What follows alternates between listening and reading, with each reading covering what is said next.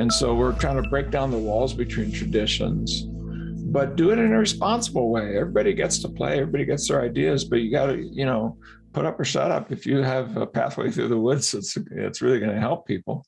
Say what it is, how you measure it, and how you modify it, put it into the mixer of what we need to do analytically and empirically to figure that out, some of which is very new, very different than what we have been doing for reasons that we discovered in our journey.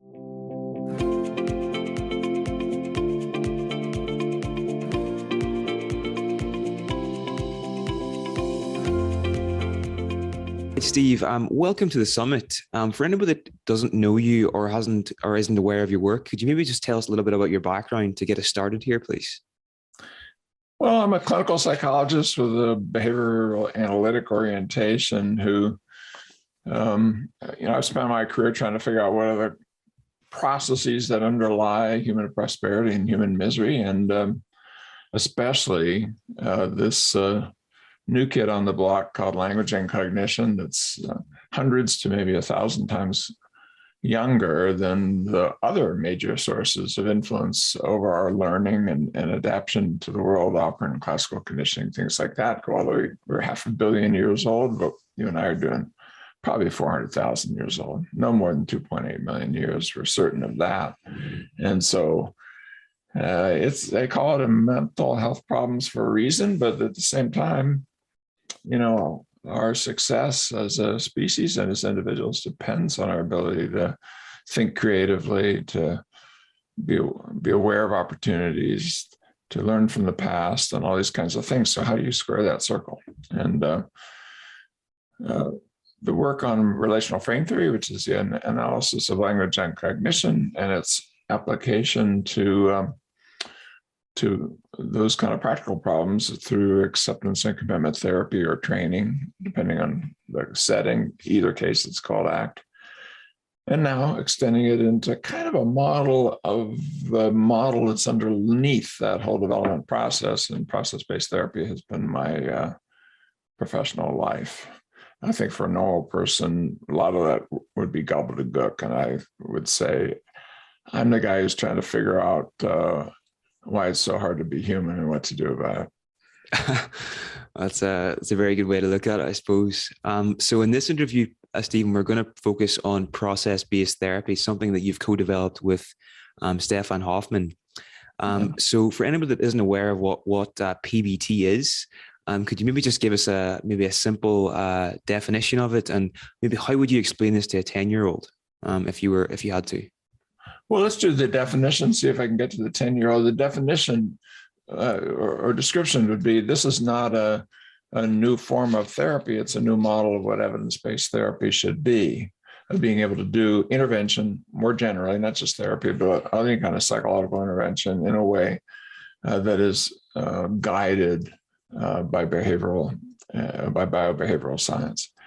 And the vision of it is that we can do a better job of producing the outcomes that people want by focusing on what we know about how to go from here to there, on what the processes of change are that have been shown to lead to outcomes, rather than just what are the outcomes you want or what is the place that you're stuck now. And then to target those things with kernels and elements rather than one size fits all gigantic tome that you put on people's head, whether they needed every chapter in that book or not. And that's a different vision. We've never really done it before. I haven't had the data, the way of thinking, the analytic tools to do it. To the 10-year-old, I'd say, what this is us trying to figure out what is the pathway through the woods if you're trying to go somewhere, and which of those pathways would most successfully lead you there.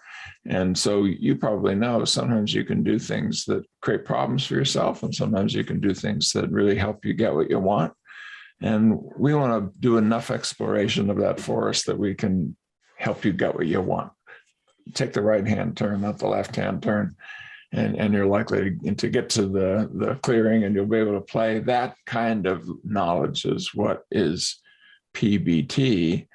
But it's not a real pathway. It's more the things that you do that take you forward in your life.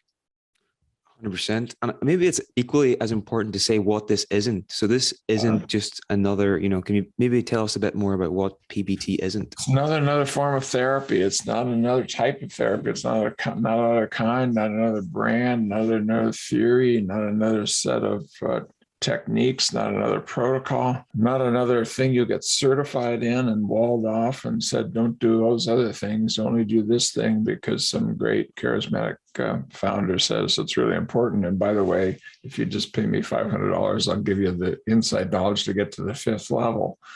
I mean, none of that. And so we're trying to break down the walls between traditions, but do it in a responsible way. Everybody gets to play, everybody gets their ideas, but you got to, put up or shut up. If you have a pathway through the woods, it's really going to help people.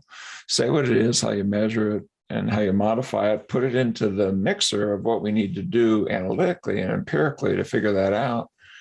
Some of which is very new, very different than what we have been doing for reasons that we discovered in our journey. I didn't know about the ergodic theorem when I started out with PBT. I know about it now. We'll get into that, but I didn't know that so much of what we're doing will never give us process knowledge, and we're going to have to change our ways in order to get it. But it's a kind of a pushing the reset button on the whole field, but not as an aspiration, a hope, a wish, a desire, but as something that takes what we know right now, what we have in hand right now, and reorganizes it, because we've learned a lot. We just didn't know how to make use of it all. And we've been distracted by all of these different wings and brands and islands and, defended territories with their, special terms and, special little rituals and payments and certification, unlike a lot of areas where science is relevant. When you get over into human behavior, we haven't matured really, even to be on the same page enough that we can take what's useful and leave the rest. And we need to. And if you're not sure why we need to, just turn on the television. And as I speak right now, watch the Ukrainian war. And if that's not of interest to you, then maybe you watch what's happening in terms of climate change or immigration or what young people are facing with rising levels of anxiety, depression, et cetera. I mean, just everywhere you look, we need that kind of knowledge. How do we change our behavior, change what we do to live a more successful life? And, it's time for us really to be able to deliver for the culture. If there's somebody listening to this, maybe they're trained in one type of approach, maybe they're a CBT therapist or an existential therapist, for example, why would you say it's important for them to be aware of process-based therapy, and what are the benefits of taking this approach to their work? Well, because if you don't focus on processes of change, when you come to the individual, you come with an existing theory or with a complaint that they have or a goal that you have and a set of techniques, methods, things that you do that you think can be helpful. And that's it. But almost for sure that some of the things that you know how to do aren't needed. Maybe some of the things that are needed, you don't know how to do. Some of the things that the person aspires to don't tell you enough about how to get there, and the problems that they have don't tell you enough about how to free people up so that they can move forward. And so it kind of like the way I explain it, we're proposing that people cheat, and the cheat is go to the end and work backwards. I love doing mazes. I've drawn 1,000 of them because I have 4 kids who range from 52 to 16. And, in those 50 years in which I've had kids in the home so far, still counting, I would draw them and they would play. And then eventually I would say, if you ever get stuck on a maze, here's what you do. It's really easy. Go to the end and work backwards. And so if you go to the end and work backwards, you kind of know what the goal is, but that isn't enough. You work backwards to where? To where the person is. Where's the start interest, right? And there's all this complexity. What process-based therapy says is the pathways are what's important. And not every pathway has to be explored to solve a maze. You don't have to go down every cul-de-sac and every dead end. You can avoid some. And you don't have to be giving everything that you need. You don't have to have the knowledge of the ages, sprung forth in the head of Zeus, and you know everything. You just need enough to make the right hand turn here and the left hand turn there. Well, processes of change will give you that. It'll give you, for this person, these are the things they've been doing that have been leading to dead ends. For this person, this is where they want to go. And given where they are, these pathways, which will require these skills, are most likely to lead them there. And so instead of hoping that if we just collect people into similar problems, that's what we've been doing in our diagnostic system, or hoping that we have the magic theory that is the one size fits all big tome and theory that will apply to everyone for everything at all times. Instead, if we really focus on what we know right now, and we can learn more quickly when we get our proper focus on the pathways of change, that we'll be able to tailor and fit how we help people learn the skills that they need for the specific situation they're in, the way they live their life. Life is lived for them, and the common errors they're making that are preventing progress, and the things that they could do to create it towards the goal they have, not the goal that I have or you have, the goal they have. And, in some areas, like in medicine, yeah, we used to just botanize cancer. There's the one that's kind of reddish and the one's kind of brown and it has this little shape, and that's it. We stopped doing it. Why? Because people kept dying. It wasn't very useful. It had a name, and somebody was really proud. I named the funny little, chartreuse one. It wasn't until we got in the lab and started studying oncogenes and how cells go rebel and turn on a multicellular system and so forth, how you can turn them on and off, what you can do to treat it. That began to, people would live to 10, 20, 30 years after a really major cancer bout. And sometimes all the way up into something like stage 4 cancer, and they'd walk back from the cliff. And we're doing better. And we're doing better in part because it's more personalized, basic understanding. And I think personalized medicine is the future of medicine. And in the same way, it should be the future of psychosocial interventions. And so what do you want to personalize? Knowledge about the processes people have been deploying. By processes, I just mean the series of steps. Like the Latin word means a parade, a procession. We still say processes. So nothing complicated, just a series of steps you've been taking that haven't paid off, and the series of steps you could take that would pay off. That's it. That's what our focus should be. And I think the field's ready for it, and we know enough to really do a lot quickly by doing it. 100%. That's really interesting. So in another talk, Steve, I heard you use the metaphor of bricks, and learning PBT is like, learning how to build with bricks. Could you maybe expand on that? Because I found that really helpful for helping me to understand the concept.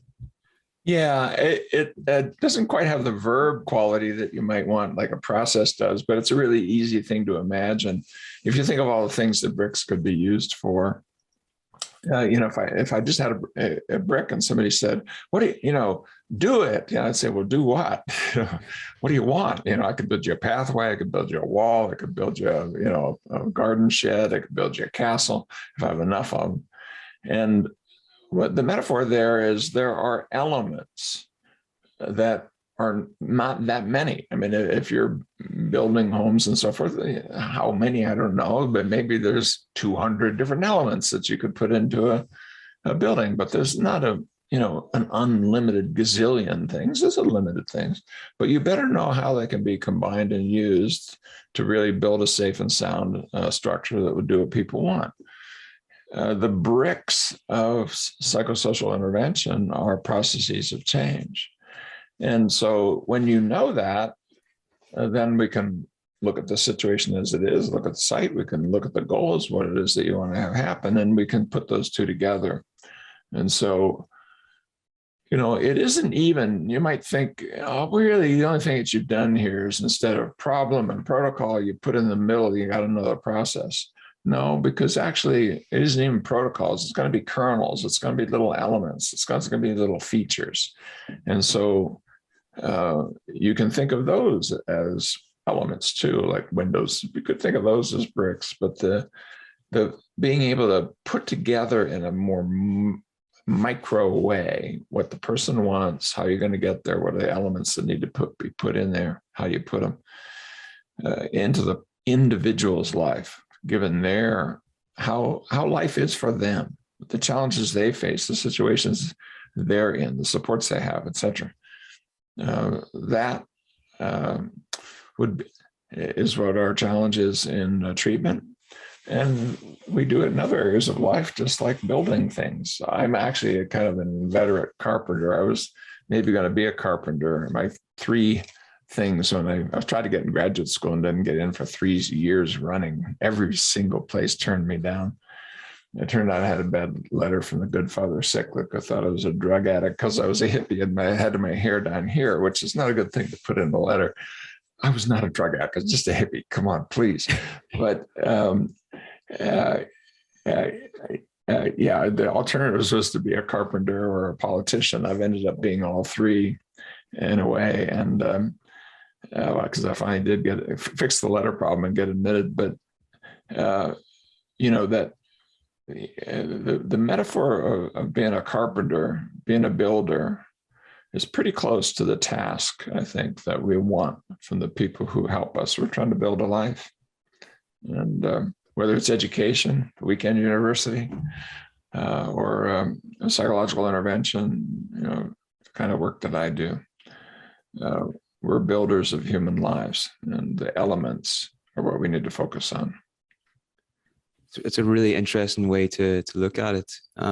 So from listening to yourself and also listening to Stefan speak about this as well, it seems that PBT centers around the question of, and I might get this wrong, so correct me if I get it wrong, but what are the core biopsychosocial processes that need to be targeted with this client given this goal and this situation?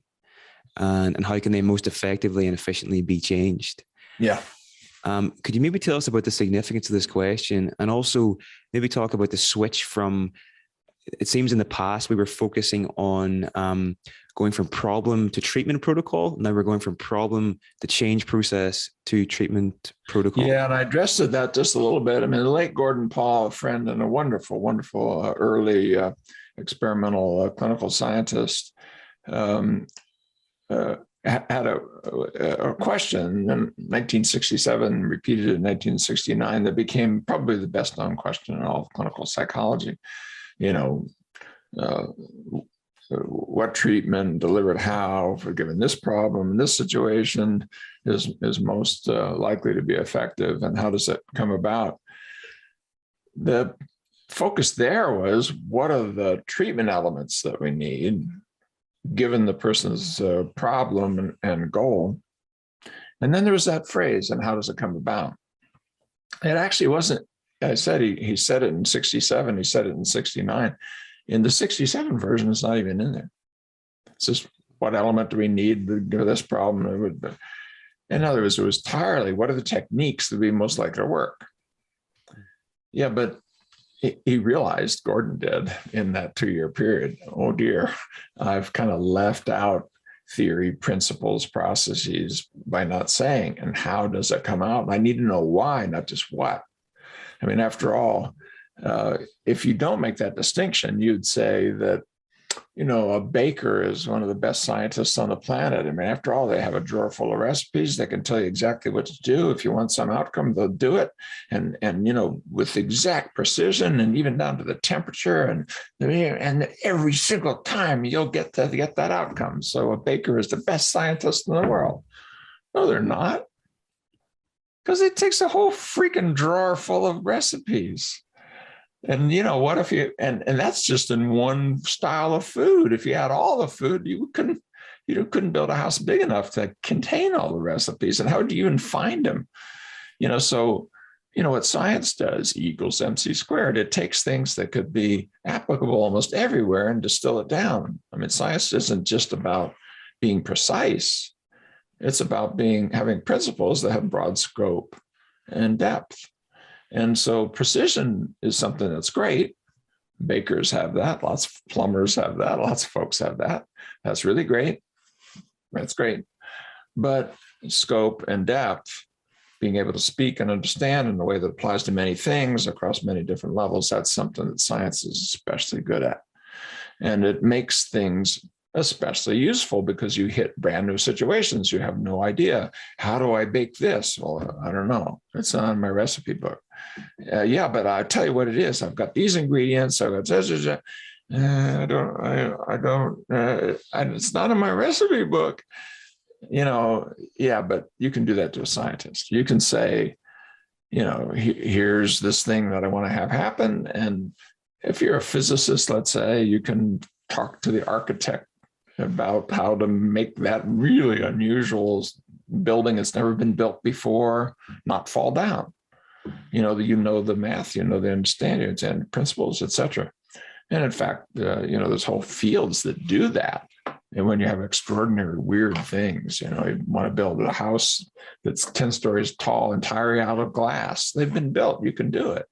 But you better have a structural engineer who really knows how to consult with somebody who has deep knowledge about the stress forces and so forth involved. You got to get somebody who has a degree that goes over to those basic principles, or that that thing won't be safe to walk around inside. So, in the same way, when Gordon realized that and put that tag on, how does it come about? He didn't really shift his focus to that. We didn't know enough. And the other reason is that he thought he knew. Why? Because we had spent a lot of time in the learning labs, almost all with non-human animals, but some in the social learning labs on imitation, things like that. But we thought, reinforcement, stimulus control, things like that. Behavior therapy, Gordon Paul was a behavior therapist, was built upon learning principles from the animal learning lab. And we thought that's going to be good enough. Well, it wasn't good enough. I mean, 1969, he says that. Well, heck, by 1974, we're starting to think maybe we need cognitive behavior therapy. That's only 5 years later. Because people talk. And, if you're just going to do reinforcement stimulus control, you run into the fact that you don't have a good science as to how to talk about that. Well, now you're getting in an era I'm going to graduate school in 1975. And I'm swearing a solemn oath I'm going to figure out language and cognition by 1977 during a talk that the late Willard Day here at the University of Nevada eventually brought me here. It got me so excited about that. I sort of secretly made a promise. I'm going to figure that out. And I spent my life trying to figure it out, because language and cognition, relational learning, adds something new. But the problem with that next wave of evidence-based therapy, when cognitive behavior therapy happened, is we didn't have really good principles that were high scope and high precision. So you do things like, well, maybe the thoughts are irrational. Maybe they're, they're hyper, they're extended. Maybe there's a cognitive error, and you can easily find them. People take a specific instance, turn it into black and white thinking. I'll always be miserable. No one will love me. Why? Because somebody rejected me. Well, wait a minute, dude. That's a logical error. You just don't do like one instance and then it's going to be always and everywhere. That's just not, you wouldn't do that in other situations, etc. Yeah, but that's not too different than something your grandma could probably say. Don't worry so much, dear. Oh, it's overblown. It's overblown. You're carrying it to logical extreme. And it's fine. I don't want to, oh gosh, I'm going to get in trouble, because I'm not saying these things weren't wonderful at their time, but it isn't enough. And we eventually learned that some of the things that happened in that phase of work were wrong. That yes, cognition is really important, But no, for example, you don't need to detect your logical errors and pound on them. Sometimes that directs your attention towards exactly where you don't want to attend. Maybe what you need to do is think more flexibly, take what's useful and leave the rest. And that might benefit from sort of stepping back, noticing, being more mindful, being more diffused. It's things that are more in the third wave of CBT, of learning to be more open, aware, and actively engaged in life. So the shift towards what are the biopsychosocial processes takes that shift that's been happening and it says, okay, but even the so-called third wave, yeah, your relationship to your feelings and thoughts are important. That's great. But that was kind of in there even in the second wave. I mean, after all, the first name for ACT was comprehensive distancing. Distancing was Beck's idea of at least notice your thoughts enough that you can get ready to detect, to challenge and change them. To be able to detect them, you had to back up and notice them, because people will say, I don't have any thoughts. What do you mean? I'm not thinking anything. The world sucks. That's the problem. You just don't notice that you got to that through a process that is hidden to you because it's so common and familiar. It's like, a fish being aware of water or a bird of air. And us being aware of our own thoughts. I mean, I'm old enough to remember when you would suggest that to clients, they go eventually, and they're doing thought records, and they'd come back and say, oh my God, I have thoughts. Now everybody talks about it that way. So it's a lot easier. But what we're doing with PBT is say, well, it isn't like the first wave, the second wave, the third wave. It's also, what about the humanists? What about the existentialists? What about the analysts? What about the systems people? And by the way, this sociocultural level of relationships and small groups and the culture you come from requires attention. They all psychological. And by the way, if you're not sleeping and you're not eating well, you're not exercising, and there's genetics and epigenetics and brain circuits, and those are important. So we have to then, back up enough, be a little humble, look at it all. What are these different dimensions of psychology? What are the things going on biophysiologically and socioculturally? And in each of those areas, look about what do we know about processes of change? What do we know about how we get from here to there? And how can we put that into human lives? And then the next thing you need is a model that allows you to keep all that in your head, and a method that allows you to look at people as complex systems where everything interacts. No billiard balls or dominoes falling. Life's not like that. It's more like a jumble, like there used to be this game I played as a kid called Pickup Sticks, where you get, I don't know if you know the game, but you have these long sticks and they're different colors, and you put them all together and you put them in a big pile.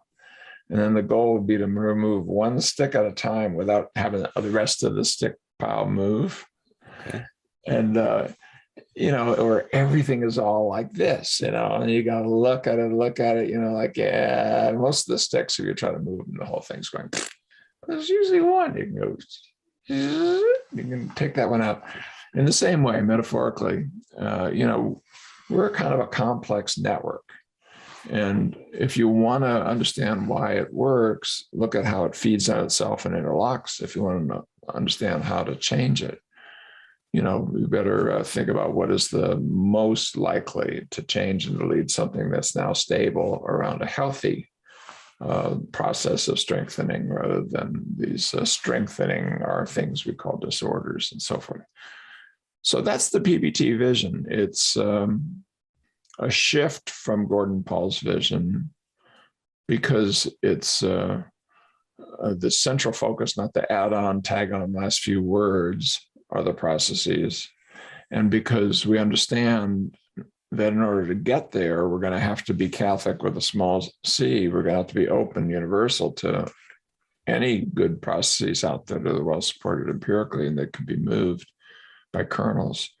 And then we're going to have measurement and analytic systems that allow us to apply to the actual individual, because these things are dynamic, they're hierarchical, they all kind of fit together. One thing leads to another. Sometimes, like in pickup sticks, you have to move that stick before you can move that stick.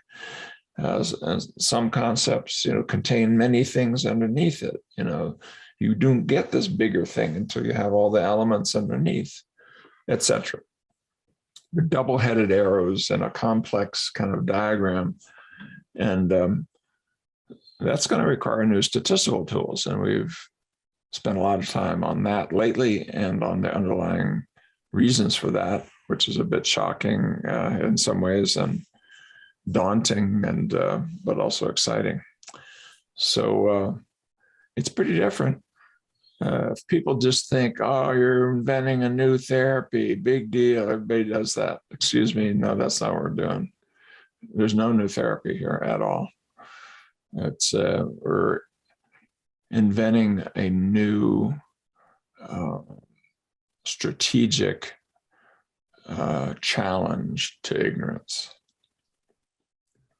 Very interesting. Okay, so maybe to make things more concrete for people listening to this now, can we talk about the example of somebody who comes to a process-based therapist, and maybe they're struggling with loneliness in their life? How would a process-based therapist tackle that problem with the client? Well, let's start with first how you wouldn't tackle it.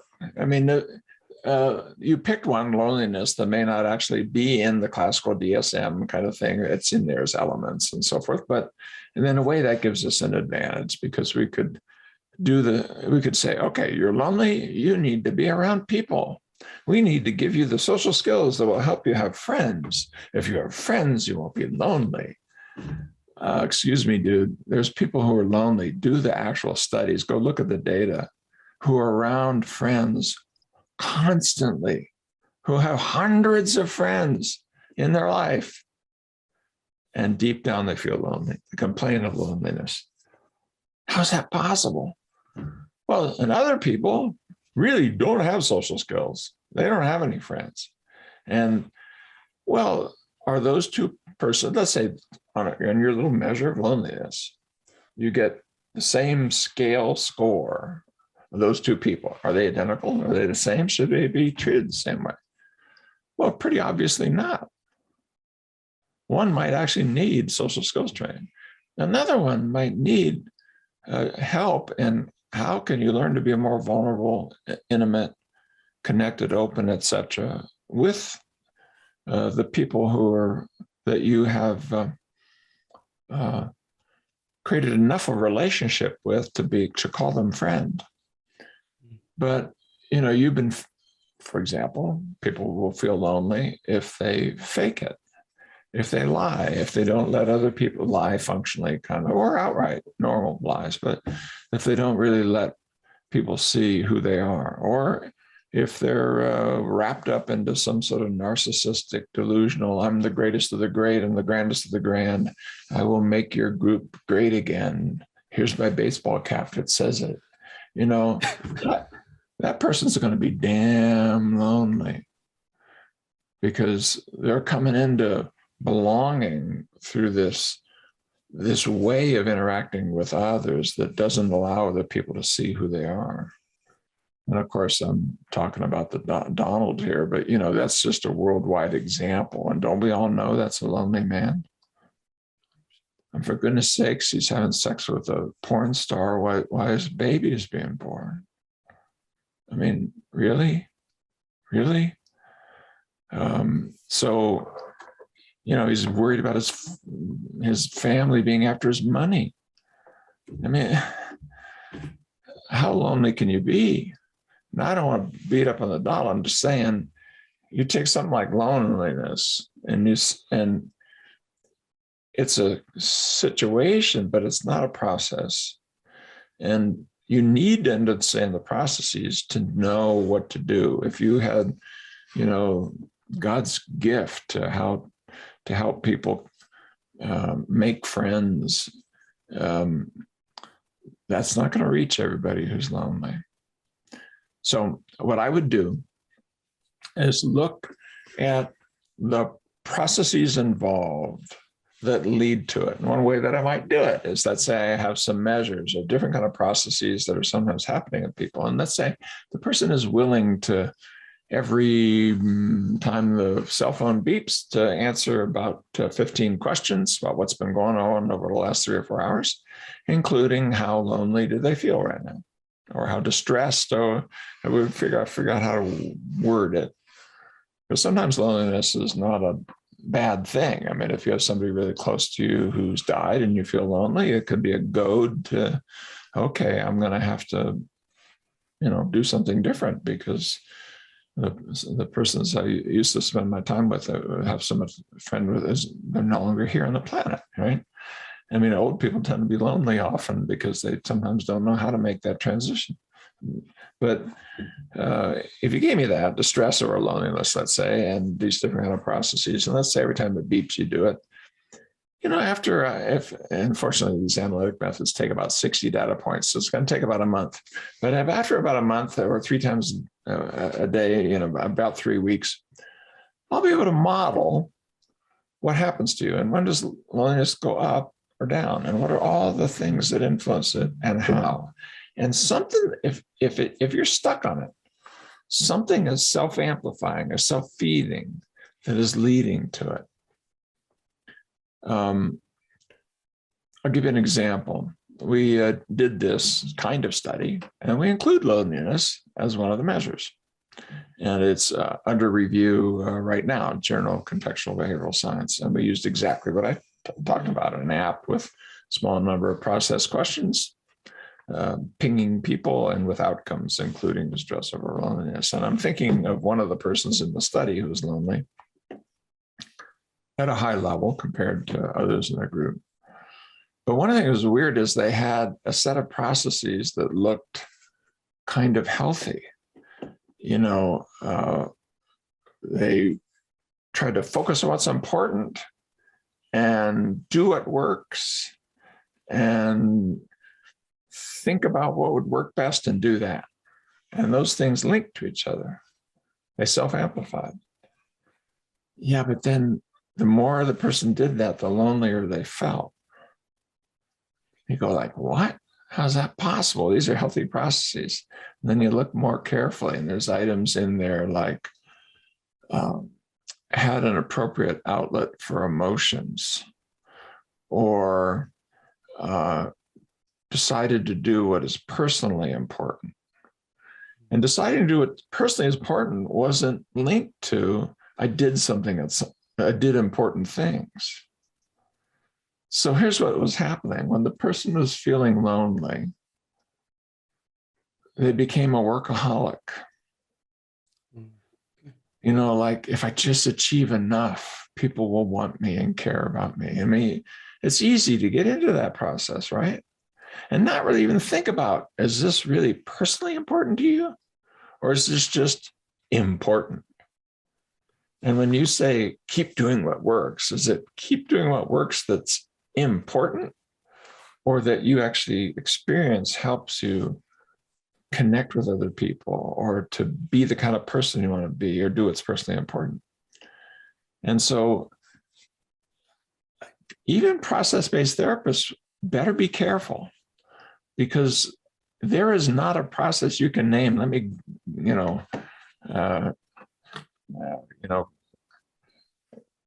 gore my own work. It takes something like emotional openness. That's good, right? No, it's not. Not always, not everywhere. When I wrote about experiential avoidance, experiential acceptance in the early days, yeah, I thought it was good everywhere. But the data came in and said it wasn't good everywhere. I'll give you an example. If you're a first responder and you got to go triage people, some of whom are going to die and some of whom can survive, and you're going to see horrors day after day. You're going to see brains on the street. You're going to see people who are crushed to death. You're going to see, things that will live in your nightmares for the rest of your life. That's not the time to be emotionally open. When you go home, yeah, you better find a space for that, or you're going to be hammering down martinis and slapping your spouse. But right now, maybe not. So there isn't anything that is always good in all situations. Learning how to fit it. Back to the spider web, the double-headed arrows, progressivity, the hierarchical, it's complex. And so you look inside the life as it's actually lived, and you have skills you can deploy, and sometimes you misdeploy them. You put them out there at the wrong time, or you don't know how to do certain kind of things. I don't know how to be vulnerable. I don't know how to step back from my thoughts. I don't know how to focus on what's present and stop ruminating or worrying.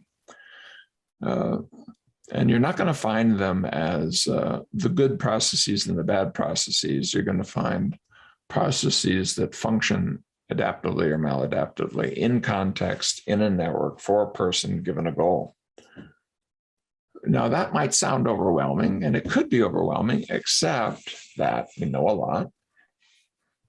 We do have analytic methods that can disentangle this. We do have a lot of knowledge about kernels that can move things. And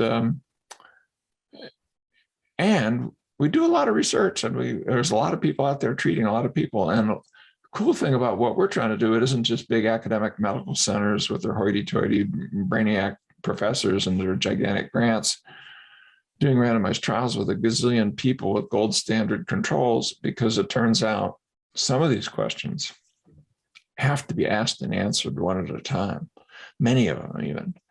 And that's an old-fashioned idea. I wrote a book on it years ago called The Scientist Practitioner with my mentor, David Barlow, and a good friend, Rosemary Nelson, arguing that clinicians really need to be the main generator of data relevant to how to help people change. Providers need to, not just clinicians. Why? Because they're the ones that see the problems, and they're the ones that are doing the change. And so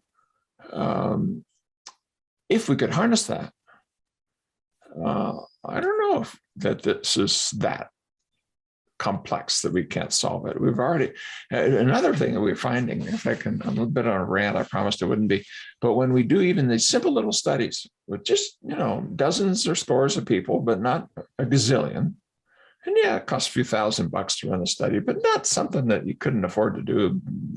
Probably any clinician could afford to do it, even if at that level, and they certainly could one at a time. I'm holding this up because this is going to be an app. We hope by Q3, if not then Q4. It'll be free, by the way, so this is not a commercial. I'm the president of a charitable organization that's going to be producing it. And we've got the money to do it. We have a vision for it. We know how we think we can succeed. But what we've already found is that when you look at processes of change that are known, and Stefan and I and Joe Sorochi looked at every study ever done in the history of the world in terms of what the processes are, we think we know really pretty much what the set is that we have to start studying. And a few others may be added, but it's the lion's share we know. People get screwed up in ways that overlap with when you just look at them one at a time and you don't put a theory on top of their head. You just ask them essentially the question, what is your life like? Of course, they don't know. You don't ask it that way. You ask it by measuring them repeatedly over time and seeing what is their life like, what leads to what fits together. That there's only so many subgroups. I mean, there's only so many ways to get lonely. It's not an infinite number of ways. It's a lot of ways. But it's not an infinite number of ways. You're unique, you're an individual, but there are other people like you at this level of processes. And if that's true, and I can walk you through some of the stat reasons why I say I think it is true based on what we've been doing now. We may not be very far away, a year or two away from a new diagnostic system that basically says, and here are the ways to get screwed up. That's actually possible. Right now, I couldn't do it. Right now, I can give you a model and methods and analyses and a vision and measures. But we'll see. We'll see. I think we have enough people interested in PBT and this journey, and frankly, who are sick and tired of shoving people into cubby holes and labeling them when we know that it's a lie. You have major depression. Oh, please. You might as well say if somebody has a rash, you have idiopathic dermatitis. What does that mean? It means you have a rash and we don't know why. Come on. That's what our diagnostic system is like. It doesn't tell us hardly anything about what to do about people and how they got that way. So time's up, enough billions have been spent on nonsense. And when you really know why the nonsense happened, that's another disturbing thing. Maybe we'll get into that, but because it goes back 150 years to a really dirty, nasty, awful, horrible agenda that we've been living inside and need to walk out of. But we'll see. It's possible that the PBT agenda really can be mounted fast. Just a quick break here to tell you about an exciting new membership we're developing, and then we'll get right back to the show. This gets you access to our mastered library of over 5 years of psychology conferences, including over 230 talks and interviews with the world's leading psychologists, professors, and authors, unlimited CPD certification, transcripts, quizzes, premium passes for our annual conference, online courses with Richard Schwartz and Deb Dana, and more. The cost is £97 for 1 year, which breaks down at around 27p per day. The best bit is you can try it out for 30 days completely risk-free, as all orders come with a 100% money-back guarantee. If you're interested, please go to twmembers.com for more information. Really interesting. So one of the things I find most interesting about PBT is that it looks at psychological problems as existing as nodes in a network. And a few questions on this. So what are the benefits of looking at our problems in this way?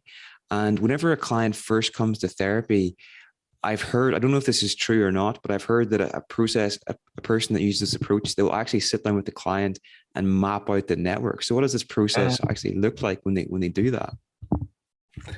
Yeah, the processes are nodes and edges, which are just the arrows, the relationships that are there. And eventually this will all be empirical. I think, not all be, but we'll give them enough longitudinal data. We're working out ways to have it be maybe faster than 60 data points, which is a lot, using Bayesian methods and so forth. But, it really has to be empirical ultimately. But where we are right now in learning process-based therapy, that thing that's over my shoulder, sorry for the commercial, but is that we're teaching clinicians to think of the things the person says and ask the questions about what leads to what, and then what leads to what, and then what leads to what. And then really looking for those edges. Does it go both ways or just one way?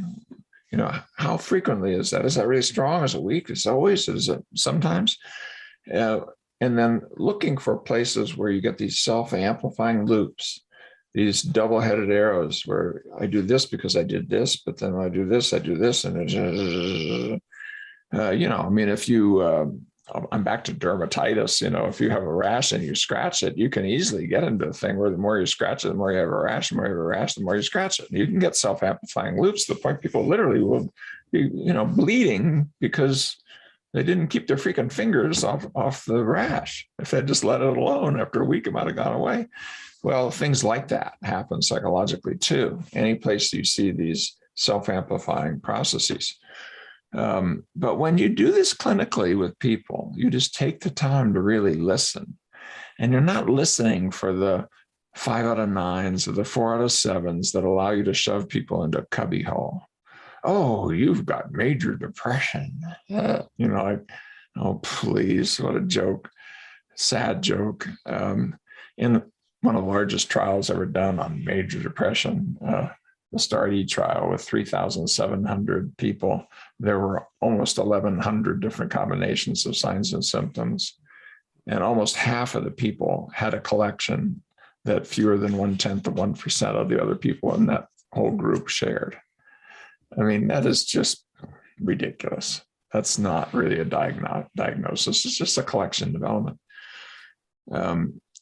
But when you put it up there in a process network, unlike, here are the 5 things that define it as major depression. Unfortunately, you also have these other things. So you also have generalized anxiety disorder.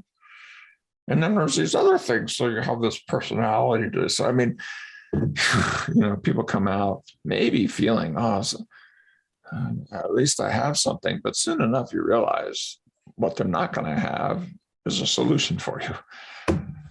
Often other than things that sometimes create side effects and create long-term problems. So when you do it with a person and you put the life up that way and they look at it and you do it even with them, it's very frequent somebody says, wow, and I can see why I'm stuck.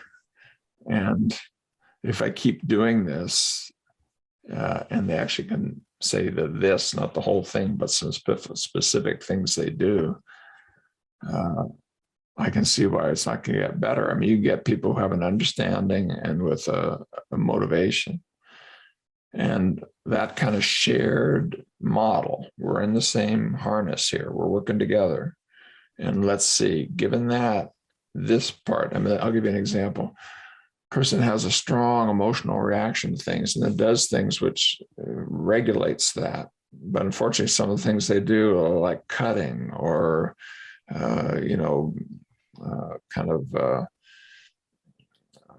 mindless sex or drug use or something. And then that creates problems. And then people withdraw from them and they see that's happening. And then you're really out there all on your own. And plus you feel like your life's getting out of control. And then you have even stronger emotional reactions. And then you start cutting and then you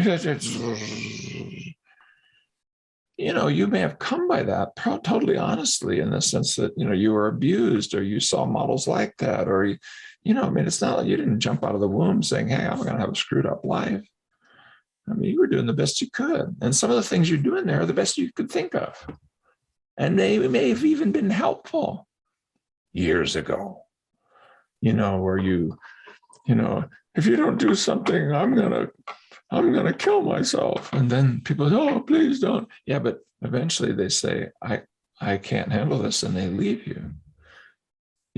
So things that worked once don't mean that they keep working. At one stage of life or at one point in a relationship don't mean they work forever. Sometimes they can have the opposite effect. And then what are you going to do? So I think being able to understand in this way is really helpful to people. And one of the things we hope to do with the app dream that I have is actually have a version for normal folks. I mean, I want to be able to give it to them and say, hey, I would like to write a, popular version of this book over my shoulder and say, hey, do this yourself. Here's a diary you can do. There are the measures you can take. If we have the app, we'll give it to them. Because when you understand what fits together, you have a way forward. And I'm an ACT guy, and there was an early phase of ACT called creative hopelessness, where we walk into what have you tried to do to solve this problem? Knowing full well they've probably done things that are cognitively fused and emotionally avoidant, because that's what people usually do. You do the logical, reasonable, sensible, pathological thing because you're just following the dictates of a problem-solving agenda. But turning your life into a problem to be solved is a bad idea. But most people don't know it's a bad idea because usually that's a good idea. I mean, if you turn the leaking roof into a problem to be solved, well, you might have a chance to solve it. You turn your abuse history into that, and what are you going to do? I mean, probably a lot of bad things, because you can cover over a roof, but you can't say, and the rain won't come through. You can't cover over an abuse history and think that pain won't come through. That's not going to work like that. So, it's in the creative helplessness piece, you basically just ask people, how does that work? What have you done? And then what? But then you have this little thing, the scientific theory, and hundreds and now several hundred studies that show this. Isn't that a way of trying to diminish and get rid of and subtract this thought or this feeling or this memory? Yeah, it is. Did you do other things? How did that work in the long term? And what you're doing is you're basically planting the seed of, oh, I've been playing a rigged game. I can't win this one. No matter what I do, it's going to be worse. It's going to get worse because that's the wrong thing to do. Maybe I shouldn't do that. Even if it's really sensible, logical, and obvious, of course you would. People tell you to do it. Just don't think about it. Yeah. How do you do that in a healthy way? So I think the journey we're on might lead to a better understanding pretty quickly that we can share with people, and that the early experience, people really like it. Well, I really hope that you're able to, develop this for people that maybe aren't suffering enough to go to therapy as well. I think that could be really, really interesting.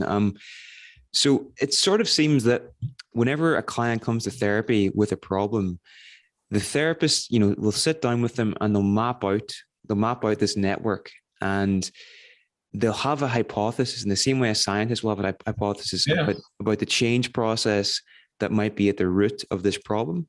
And Yeah. then they might state that with the client, and then they might develop an intervention that tackles that, whether it's, mindfulness or self-compassion or something. Yeah. And then they'll use the app, and they will collect data to basically assess, is this intervention actually tackling the problem? And then if not, they change the hypothesis, and they come up with something else, a new intervention. So you're getting feedback, and you're iterating as you're going. So you're much more likely to get to the root of the issue this way, as opposed to just taking one approach. Is that fair enough? Right on. Couldn't said it better myself. It's exactly what the game is. Exactly how we want to play it. Okay. Personally focused, process focused, then give it a shot. If it doesn't work, that's okay. You learn something. And this has been in functional analytic thinking and clinical work forever. But the difference is that we have a real focus on how we can think about processes of change that allow us to do that in a more sophisticated way.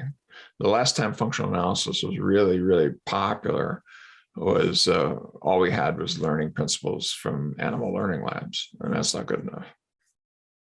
Yeah, 100%. So one of the things I found really interesting, what you were saying in another talk, was how clinical experience doesn't predict competence. It predicts confidence, but not competence. Can you maybe tell us why that's the case? Well, it's a horror, and it is one of those situations, the 10,000 hours rule, that Anders Ericsson and his colleagues came up with applies. If you give enough hours to almost anything in life, you get better and you eventually get expert. But there's a few exceptions, and the exceptions are always when you get bad feedback. If you get bad, the metaphor I use, go in the backyard and just give a piece of no coaching at all. Say, here's a basketball hoop, throw it through there, do it 500 times a day. I'll come back in a month, see how good you are at it. And you can do that with no coaching whatsoever, and you may shoot in a way that you never ever should. You may not be good on a basketball court, but I guarantee you'll get more balls to the hoop because you have immediate feedback. Clinically, the time that you've been doing the work doesn't predict your effectiveness. That's a known fact. It's very depressing. That's one of the first things I tell my students. I often use it in workshops too. And they're basically saying, look, you're going to have to solve this in order to be an expert. And so what would the good feedback be? We know that signs and symptoms can't be it, because almost every clinician has taken those things as mandated by the healthcare system in order to even be paid. So let's just put that aside. That can't be really, really powerful. If it was, we wouldn't have this problem. It can't just be clients coming back and saying, oh, I love you so much. You're so helpful. Thank you, doctor. Oh, yeah, worship the ground that you walk on. Because the clinicians have been, beaming as a result of that from time immemorial. And if that were enough, what that can mean is you're shaping dependency. It can mean you don't have any healthy boundaries. It can mean all kinds of things that they're not good. And what is the one empirical known indicator that is early, before the problem itself goes away, that predicts that the problem will be solved or the prosperity will be obtained? Processes have changed. Mediational studies, for example, mediators in randomized trials are the things that happen before the outcomes change that reliably, functionally relate to the long-term outcomes will come. So we went and looked at every mediational study ever done in the history of the world. It took us 3 years to do it. So it's already dated. We went all the way up to 2018, then we stopped because 50 people to work in 3 years, that's how long it took. But we've put that out now. It's under review right now. We know, what are the most commonly obtained mediators. And I'm very happy to say the single most common is psychological flexibility. The second most is actually part of psychological flexibility, which is mindfulness. The third is dysfunctional, rational, and unhelpful thoughts. So you got something out of second wave CBT, and you got the third wavy CBT folks in there. And those three things I just mentioned are more than half of everything we know. And I could go on from there, but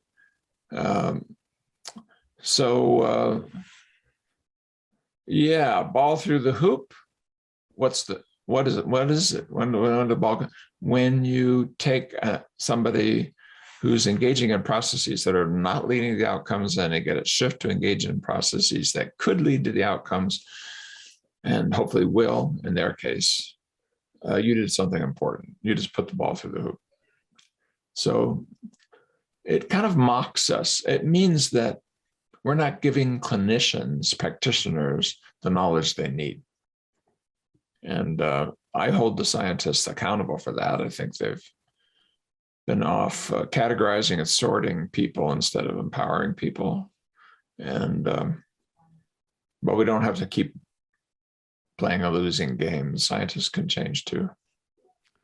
100%. And that's why I think what you've developed here is so powerful, because not only is it a more effective way to help clients, but you're also helping clinicians to continuously improve what they're doing, and to get better, which is, can only be a good thing for both clients. I do have to say it's in principle a better way of helping clients, but we actually need that study. We actually need some early studies. Now we have a couple out there. We have ones, a guy named Aaron Fisher did something like this with a study that was published in the Proceedings of the National Academy of Science. There's a few, a guy named Bruce Chirpita did some things with kernels and based on clinicians' functional analysis. But we do know that there's basically minimal treatment utility, actual better clinical outcomes that come from our current case conceptualization and diagnostic system. They even say it in the DSM, this is not going to help you get better outcomes. Basically, well, then why do you have the freaking book? But but so I do want to say we have work to do. But I hope, and there's a reason to believe, that if we do this cheat of starting at the end and work backwards, a healthy cheat, not a nasty, lousy, dishonest cheat, an open, honest, transparent cheat of let's go to, if we want a system that will have treatment utility that tell you what to do to get to the end, let's go to the end and look at what got us there, and then organize our interventions and our understanding of clients around the processes that we know have that kind of impact. But then there's that, let's be humble enough to know, to say, and we hope that really makes a big difference, but those studies have been done. Definitely. Well, I'm conscious of time, Steve. I think it would be a real shame just before you head off, not to ask you, maybe if you've time for maybe 2 or 3 more questions. I'd love to ask you. Go through your list and ask whatever you wish. I'm good. Anything that seems important, let's do it. Okay, so I think we can't end this conversation without discussing the extended evolutionary meta model. Can you maybe tell us what this is and why this is important? Well, we need a place to play where everybody gets to play, where it isn't just a big pile of processes thrown on a heap. Why? Because we're already up to hundreds of processes. Well, if you have a process-based vision, you don't want processes that only predict in some narrow area. You can't afford to build 100 different process-based models. And so, and in fact, there's no empirical reason to. So let's see how many different kinds of suffering and so forth there is. So we need a model to be able to a meta model, a model of models, to how to allow people to organize that way. So we want these processes to be broadly applicable, so that we're not distracted with whole little micro theories and things like that. Yeah, but as soon as you do that, people are saying, "Hey, man, you're stepping on my parade here because I'm a behaviorist, or I'm a cognitivist, or I'm a humanist, or I'm an analyst, or I'm a," and we're right back into the same kind of walled off archipelago. Our idea was, well, let's go to the one model that we know produces consilience that every life science relies on, with the exception of one. Every life science, if you just ask your cardiologist a question, and whatever they say, you say, well, why is that? Within 3 questions, they're going to say it evolved that way. Just do it. I mean, it's going to happen. And you can go to your therapist and say, why is that, from now until next Tuesday? And you're not going to get the E word. Why is that? Well, in part because people think you're talking about the genes maybe do it or something. No, I'm not talking about that. I'm talking about how complex systems evolve. And they evolve by variation being selected and retained in a particular context across many different dimensions that are co-evolving and organized into different levels of organization. So a multidimensional, multi-level evolutionary meta model that asks clinicians to think about what they think about anyway. You just didn't realize you've been an evolution right along. I mean, evolution involves variation, selection, retention in context at the right dimension and level. Yeah, but if you ask clinicians, I mean, variation would be, if I don't know how to produce change, if you keep doing what you've been doing, nothing's going to be different. Selection, if we can't tell winners and losers, if I don't even know where you're going, what you want, what you really yearn for, what your needs are, what your goals are, I'm not going to not be able to help you. Retention. If we're able to make some gains here and then you turn right back to the way you used to do things, you're going to get the same outcomes you used to get. We're going to have to focus on how, because initially these things will feel odd, they feel strange. Even if you have a sense they work better, you see that they work better, we're going to have to work to get them to be habits so that, even when you're not looking, you're doing the right thing, the healthy thing. Context, but nothing's always good everywhere. We need to really look and see, when this is the best way and when that's the best way. Well, so clinicians have been doing this in the beginning, and it's what we've done with our what we call our Death Star project, with our review. I don't want to say meta-analysis, it's not yet at that level. It's a systematic review of every mediational study ever done in the history of the world. Because we then looked at all of the items for all of those reports, and some of them weren't items, things like breath holding, brain circuits, gray matter, blah, blah, blah. But we looked at every single thing we found, and could we fit it into a model? Would it have a place if we thought about healthy variation, selection, retention in context across these dimensions and levels? We proposed 6 psychological dimensions. Why?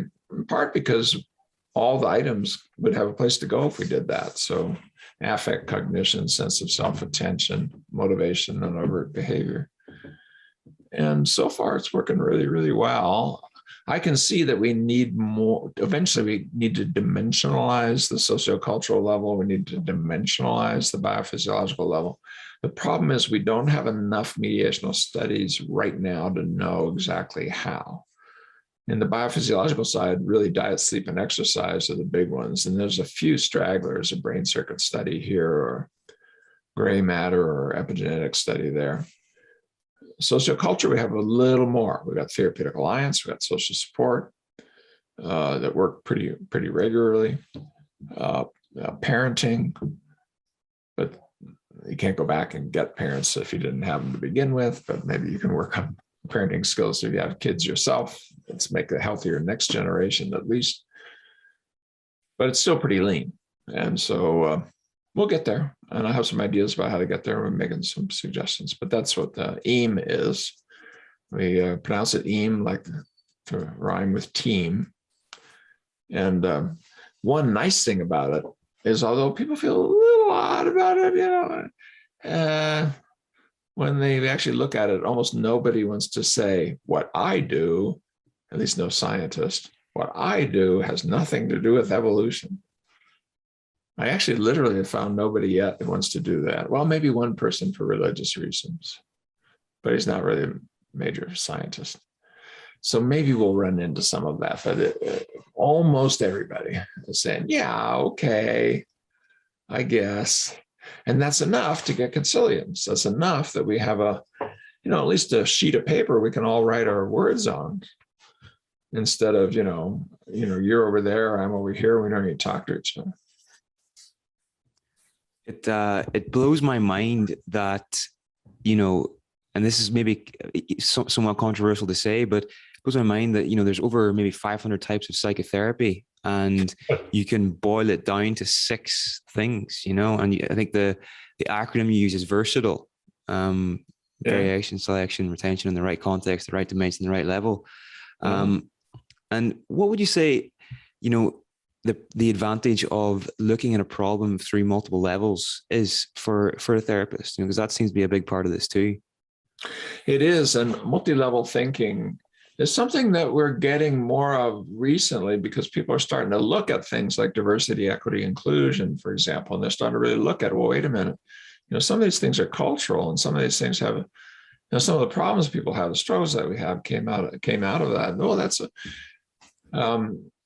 and also, the psychologists will sometimes so focus on the individual that they'll forget that, if your relationship's going into the toilet and your family's fighting, and, you work in a organization that's a nightmare and people don't trust each other, and on it goes, you're going to have trouble. You have to think, we're the social primates. You need to think of, what are the small groups we're part of, and are they succeeding? Are they moving forward? And similarly, I often, to explain this, will say to clinicians, how many people ask about diet, sleep, and exercise? And everybody raises their hands. And then I say, okay, anybody in here is 60 years or older. When you were trained to do this kind of work early on, did you do it? Raise your hand. Hardly ever raise their hand, because we didn't do it. Psychotherapists didn't ask what you're eating. Did you exercise? And did you sleep last night? Well, this is really dumb. If you take something like ADHD, you can correlate ADHD in kids with the sleep patterns of the children. And it isn't just because they have ADHD that they're not sleeping. It's because they're taking their cell phones in bed with them, and they're playing video games at 1 a.m. And of course, Ritalin is helpful to them, let's say. It'd be helpful to me too if I only had 5 hours sleep. I'm not saying that's all of what ADHD. Please don't send me those nasty emails. I'm just saying, a person working with that problem, for example, is going to make sure, Mom, Dad, let's see if we can get Junior to bed at an hour. And by the way, don't let him take his cell phone to bed. And, if you don't, you're asking for trouble, because some of those problems are exacerbated by, and to some degree, probably even caused by, sleep disorders. So that's an example. The nestedness of life. You may think that you're like this little homunculus in your brain that is talking. No, you're not. You've got vast amounts of things that are intuitive and implicit, that have been learned by experience, that if you're lucky, you deploy the healthy processes that allow you to open up and even learn from them. That's part of what is in there with something like acceptance or diffusion, for example, is to, get the word machine reined in just enough, your mindfulness skills just enough that you can hear the softer voices of just experience that is not even put into words, but that might be really important if you have an abuse history, not to go home with a guy who's unsafe. We know that alexithymia comes from an abuse history. I don't know what I'm feeling. Yeah, that's understandable, because it's painful to know what you're feeling when you have a history like that. But the frequency of re-abuse is ginormous for people who've been abused. Why is that? Well, one of the big dogs in the pen is alexithymia. I don't know what I'm feeling. Yeah, but if you could just get that language thing backed up enough that I can begin to sense, to feel intuitively. Yeah. Well, that's just another level. There's that verbal, symbolic, relational problem solving level. But then there's this other level, the learning that's done by association or by contingency, and it's implicit. It's not, your dog or your cat isn't going around saying, what do I feel? Am I depressed this morning? But they have access to feelings, no doubt, that is elicited or evoked by the new situations. Suddenly, because it's a place where they almost had a predator get them, and they remember, and you may have found that in your life. You go to a bar or something where something, and it's familiar, and somehow it feels wrong, something's off. Yeah, because it's something in your history. I remember being in an argument, well, one that is well known, but so well known for, it was in a meeting as a young academic and having a panic attack because it reminded me of some of the shouting that I used to hear when I was a really little kid hiding under the bed between my parents. And I didn't know that connection until way into the ACT journey. I've told that story. But as you get more open, you realize you're a multi-level organism. And there's the levels even below that, of course. The things that don't even show up in the form of feeling, but that are going on. For example, depending on the psychological skills that you deploy in a given situation, the world you're in may may seem more or less safe. It may not even be obvious to you. You may even have emotion that goes with it. Yeah, but you might have things like this. Your telomeres are shortening or not, which will predict early aging. That's an empirical fact. Experiential acceptance and mindfulness predicts that your telomeres stay longer. You're literally going to not die as early as the next guy who's in a psychological state that biophysiologically is defined as an unsafe place to be. Similarly, the vagal system will get stimulated in a way that defines this as unsafe, and all kinds of things start happening to your sympathetic and parasympathetic nervous system that produces things like a needless physiological arousal because you're sort of ready to run or fight, and you don't know why. You don't even know that you are aroused. My point being that multi-level, thinking of us at all these levels of organization, the social level, but then all the way down to what's going on with your epigenetic regulation of genes, allows us to take all of the life sciences, and then there's this one really important ring. I said this to my dean 2 days ago, and I said, look, you have to know what it feels like to be a behavioral scientist who thinks that we've made a lot of progress. I'm the guy that the other scientists will only call when their kid has a drug addiction or they just had a relationship breakup and they're depressed. But if I go into a room of a bunch of biologists, physicists, and chemists, they'll wonder, are you really a scientist? We are not at the table. People don't think of us when we're talking about climate change. My first book was called Environmental Problems, Behavioral Solutions. It's still in print because there's almost no other books like it 40 some years later. That's how pathetic it is. And I left the field for reasons that I can explain, but basically it came back to, I realized no one was going to listen to me because I'm a freaking behavioral scientist, and the environmental engineers thought it would look at me like I was, some sort of foreign entity or something. So I couldn't do it. And to this day, if they're talking about we need to drive less, that's a behavior, and turn down our thermostat, that's a behavior, and buy electric cars, that's a behavior, and stuff, I'm not even at the table. Nobody has a psychologist sitting at that panel.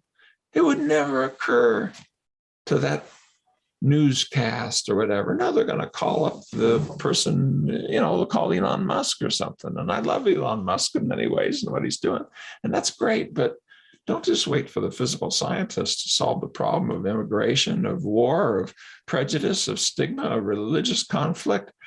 You look down the road and you look at how hard the hardening that's going on in our politics and so forth, and major democratic societies moving in an anti-democratic way right now, right in front of us, wars, etc.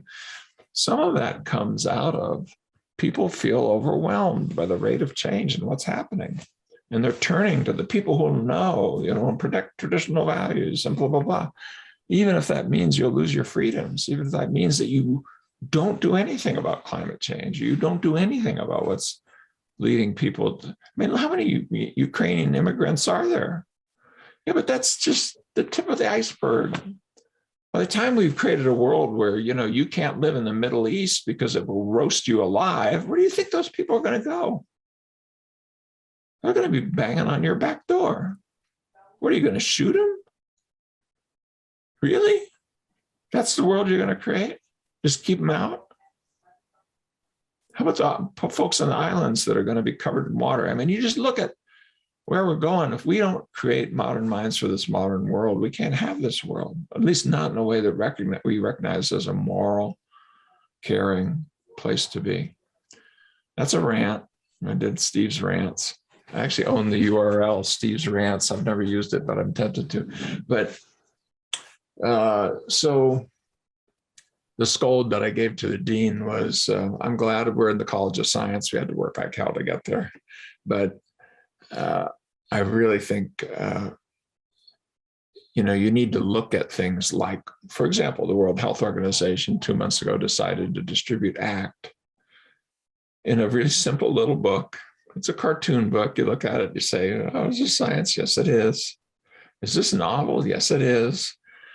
That will help war refugees who have mental illness at an order or level that's the same as self-help in the developed world. And now in a new trial will prevent the development of mental illness in people who are distressed by war, but not yet in a diagnosable category. It will reduce the emergence of those by 50%, 50%, compared to really well-crafted treatment as usual. So look, we have knowledge that we can put out there. And that one, which by the way is free, and you can go and get it in 21 different languages because the World Health Organization can do things like that. It is a cartoon book and an audio tape. Isn't what they said on the website is, this is helpful for anyone who's distressed about anything in any situation.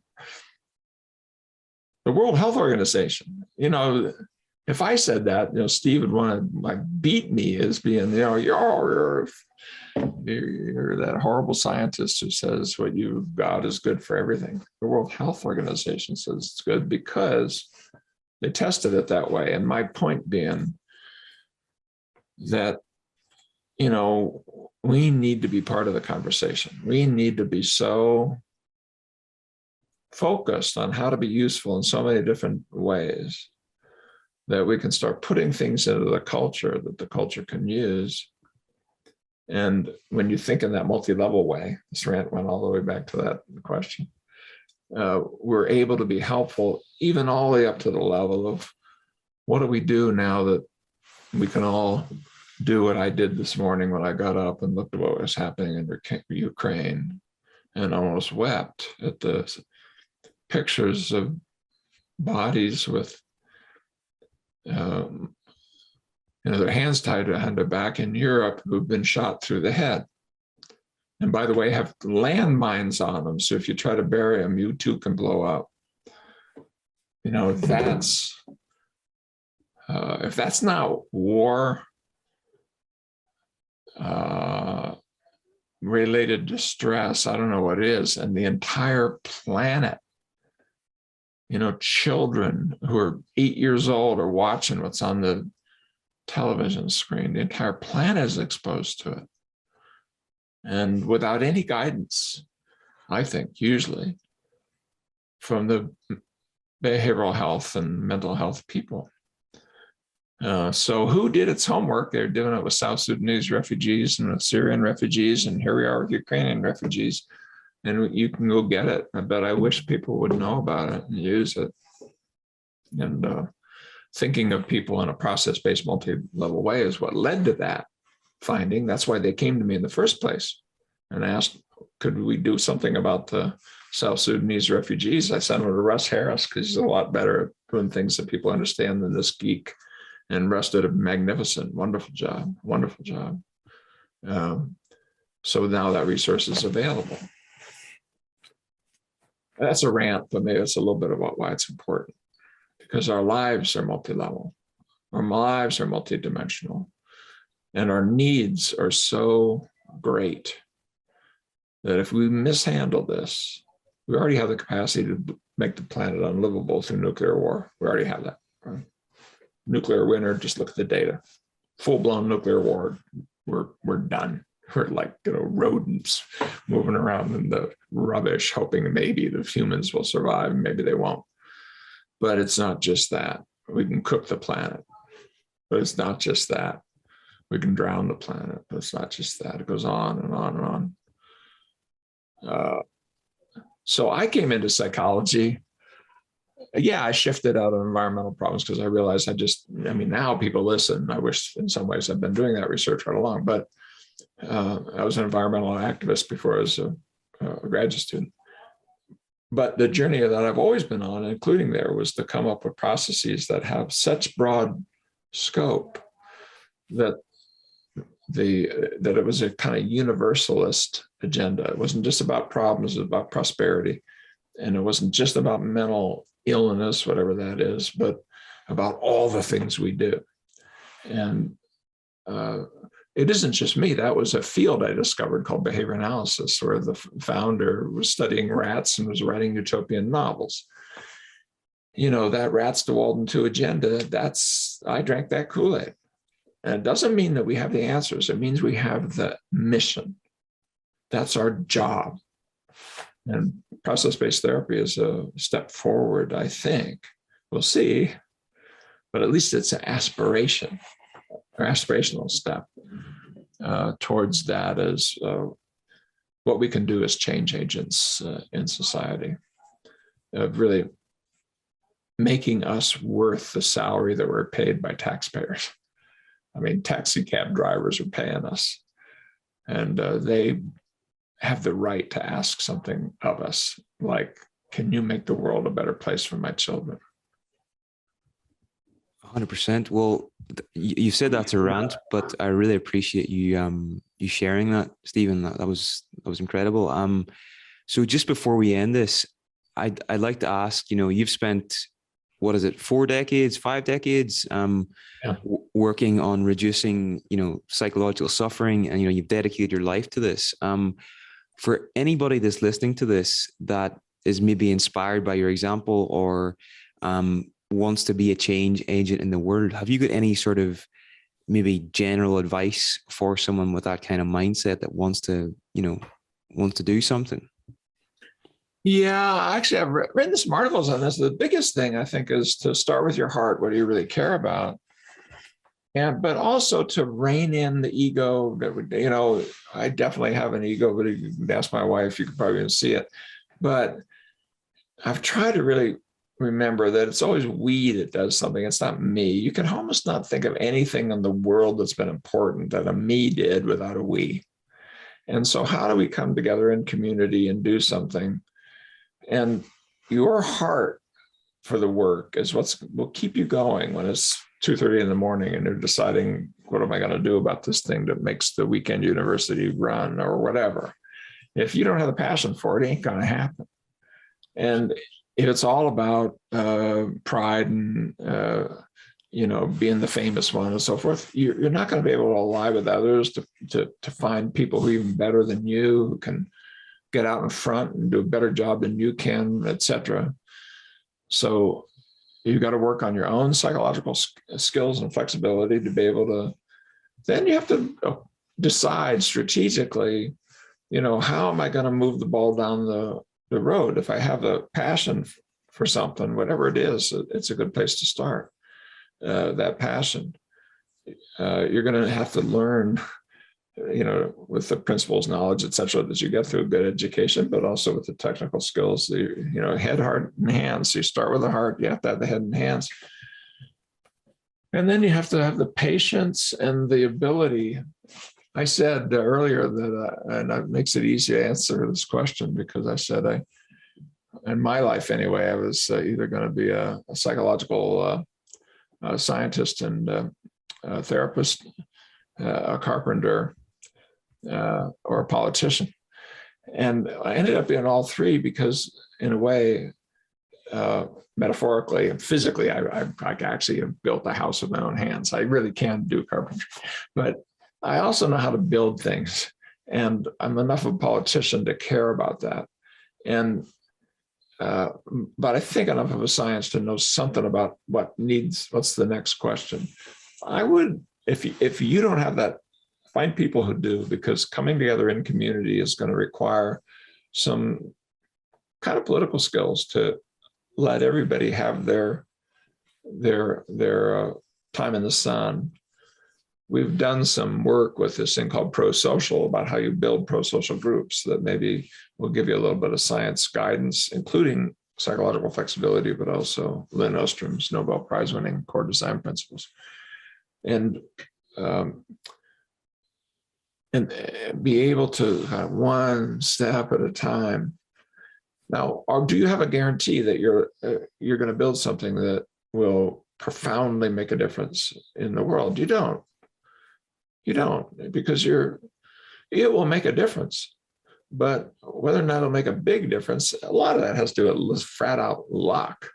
But if you say yes easily and mean it, you bring together people in community. We're better thinkers as a group than we are as individuals, despite that lie of groupthink. Groupthink is mostly a methodological falsehood.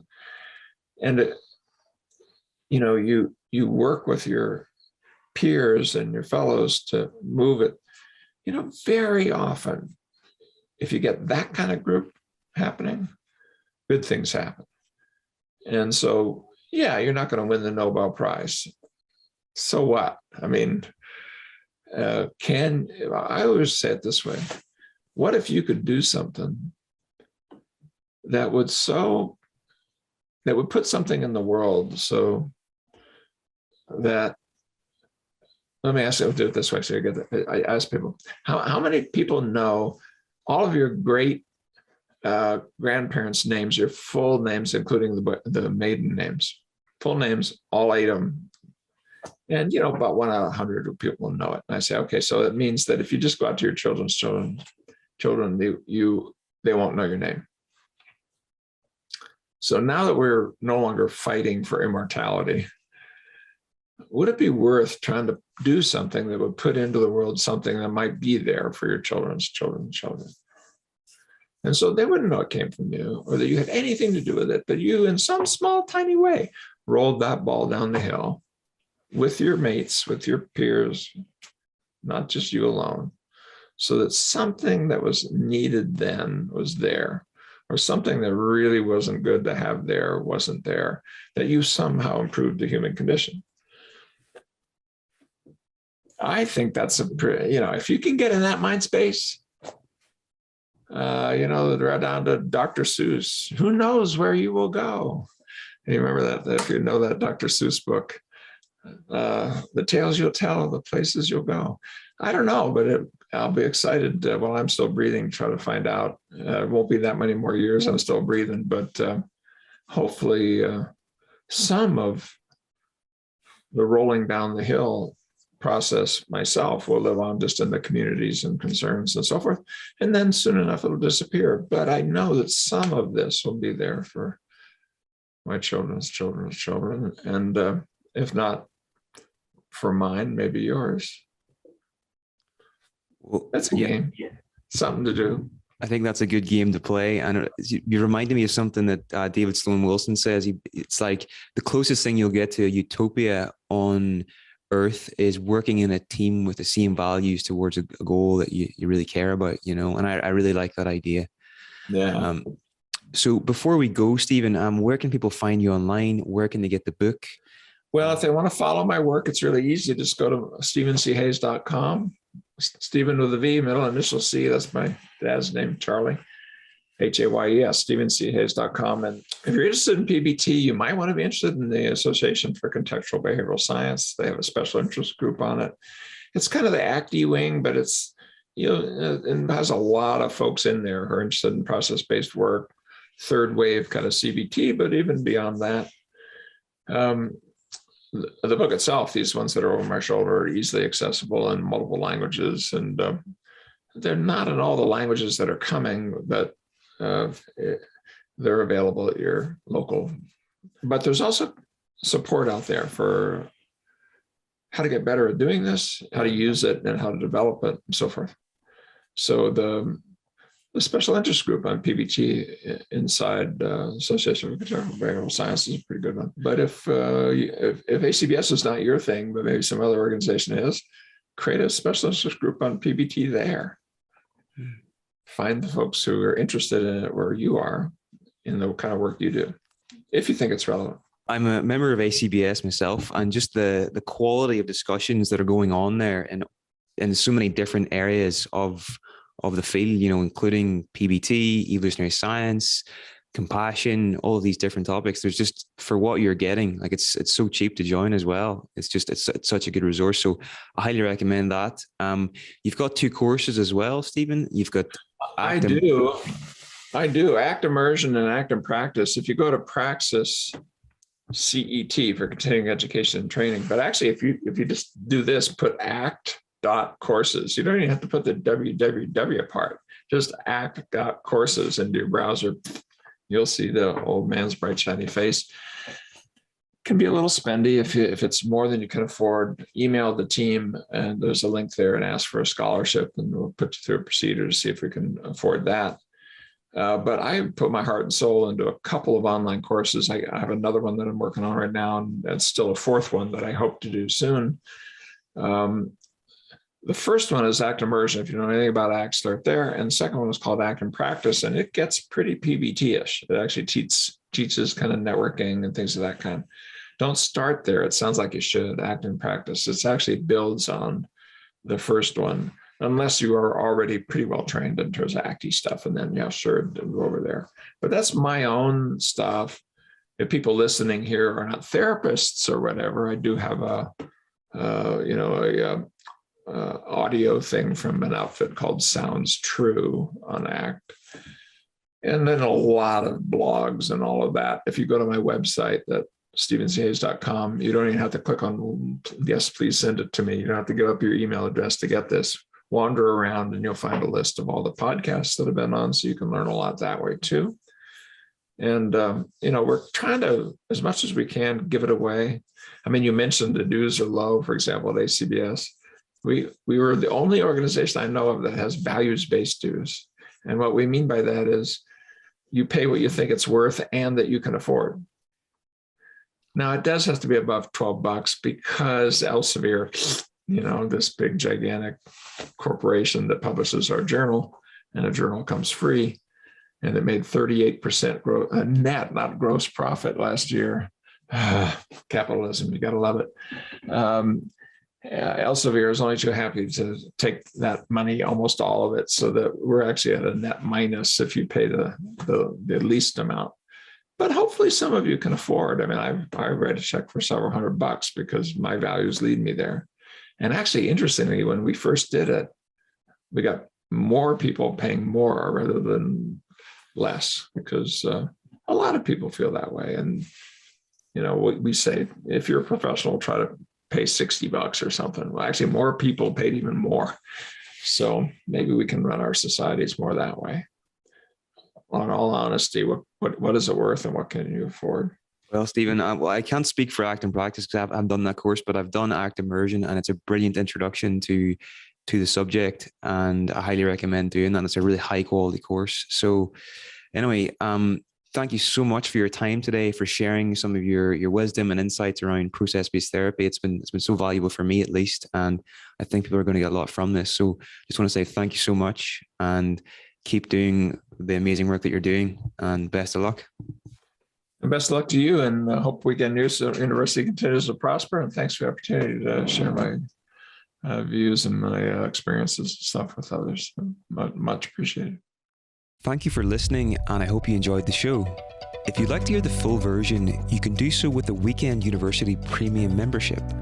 This gets you access to our mastered library of over 5 years of psychology conferences, including over 230 talks and interviews with the world's leading psychologists, professors, and authors, unlimited CPD certification, transcripts, quizzes, premium passes for our annual conference, online courses with Richard Schwartz and Deb Dana, and more.